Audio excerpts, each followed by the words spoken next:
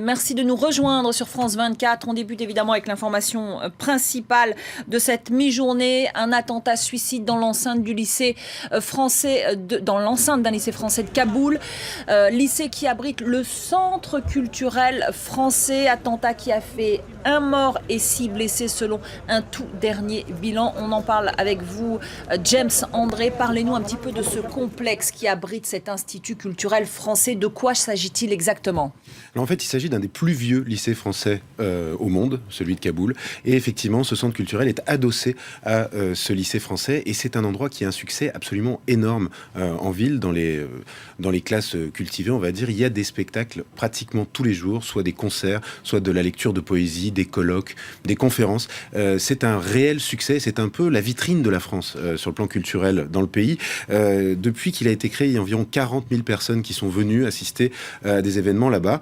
Et c'est un endroit qui est très prisé des habitants de Kaboul et qui, évidemment, était une cible de choix, on va dire, pour tout réseau terroriste affilié de près ou de loin aux talibans. Et c'était d'ailleurs un motif d'inquiétude. C'est ce que me disait un spécialiste du pays que j'ai joint il y a quelques minutes au téléphone. Il me disait que c'était une inquiétude au niveau des diplomates français qui se disaient très inquiets qu'il puisse éventuellement un jour y avoir une attaque sur cet endroit. Alors, pour être sûr d'avoir bien compris, l'attaque a été perpétrée au sein de ce bâtiment de l'Institut culturel français. Tout à fait. Alors, à l'occasion d'un concert, c'est un jeune homme qui avait entre 16 et 17 ans.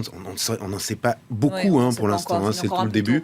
Mais un jeune adolescent de 15-16 ans qui est rentré, 16-17 ans qui est rentré et qui a fait détonner une bombe. C'est un attentat suicide kamikaze. Pour l'instant, on ne sait pas qui l'a perpétré. On ne sait pas s'il sera revendiqué ou non, parce que c'est pas le cas, parce qu'il y a eu une vague d'attentats ces derniers temps contre les intérêts occidentaux, à Kaboul et plus généralement en Afghanistan. D'ailleurs, il y a eu un autre attentat ce matin dans lequel, tout à fait, 6 soldats afghans ont été tués. Et pour l'instant, pas de revendication. Il faudra voir s'il y en a une qui vient dans les heures qui viennent. Mais c'est pas garanti parce qu'effectivement, ce n'est pas systématique. Donc le contexte, vous venez de dire, particulièrement tendu. Un autre attentat ce matin contre un bus militaire.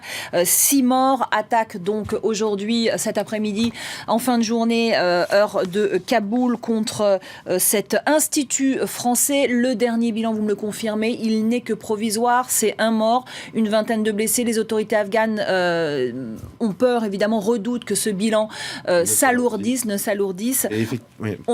Oui, je vous en prie.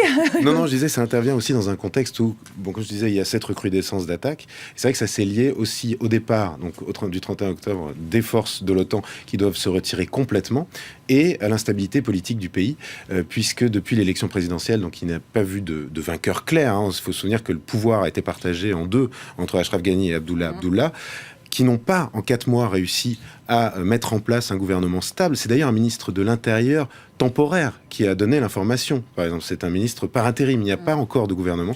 Et évidemment, c'est cette instabilité-là que cherchent à exploiter, on va dire, les talibans et ceux qui leur sont affiliés ou proches.